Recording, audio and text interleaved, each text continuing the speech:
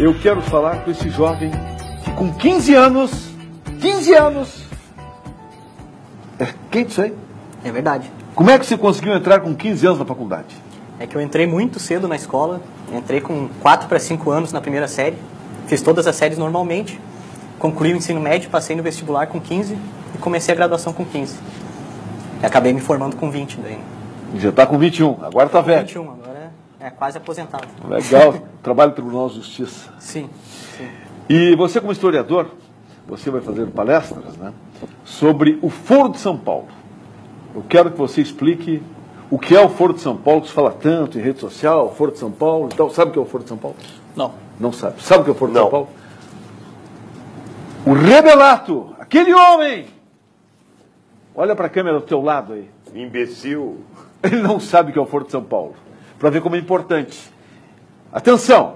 O Foro de São Paulo, com esse jovem historiador formado com 20 anos, entrou com 15 anos, é um jovem atento aos problemas sociais, e vai alertar você para a câmera 28 o que é o Foro de São Paulo, por gentileza. Bom, o grande problema desse tema, que é o Foro de São Paulo, como o Bibo chamou a atenção, é que as pessoas não sabem o que é e tem uma enorme importância para a política brasileira e latino-americana.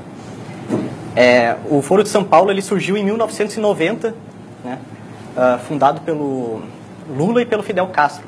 Né, foi concebido por eles, em grande parte por influência do Frei Beto também, que depois virou assessor especial do Lula. Né. E a ideia era justamente unir todas as esquerdas da América Latina, supostamente contra um avanço do neoliberalismo e do imperialismo norte-americano. Né.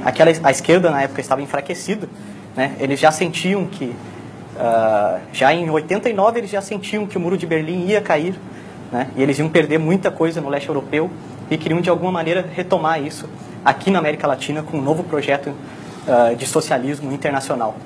Né? Então a grande ideia deles é criar, e essa é uma expressão que está nas atas do Foro de São Paulo, uma URSAL, é uma sigla que significa União das Repúblicas Socialistas da América Latina. Esse é um projeto deles, mas o mais comum é eles chamarem de Pátria Grande. Né?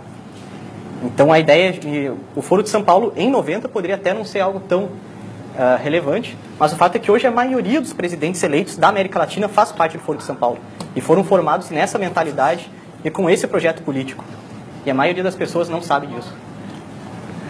Eu gostaria também que você colocasse os países que estariam nesse Foro de São Paulo.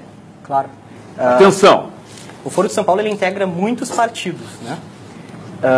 Então, dentre eles o PT, que está aqui no poder, né, desde 2002, mas também integra os partidos dos atuais governantes, da Bolívia, do Equador, da Venezuela, né? Aliás, Hugo Chávez foi uma das primeiras grandes vitórias.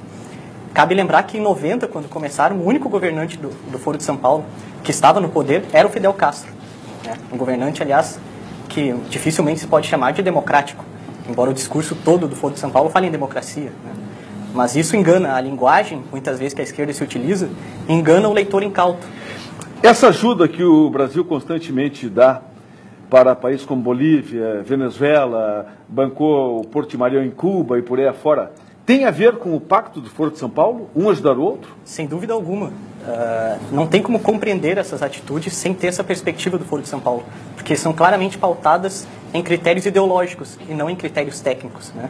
Isso não sou só eu que estou dizendo, inclusive o Luiz Felipe Lampreia, que foi um grande diplomata aqui no Brasil, né, inclusive ministro de Relações Exteriores na época da FHC, afirmou que a chave para compreender as relações internacionais do governo brasileiro sob o governo do PT é o Foro de São Paulo. Ou seja, está fazendo uma diplomacia que, na verdade, é uma política partidária e não de governo. E um governo quer apoiar o outro. E quem mais apoia é o Brasil, que é o mais forte, e aí acaba faltando nosso dinheiro. Sem dúvida. Porque manda para outros países. Exatamente. Esta é a realidade. Essa crise está se vivendo. 57% do dinheiro do BNDES foi distribuído para outros países que não fosse o Brasil.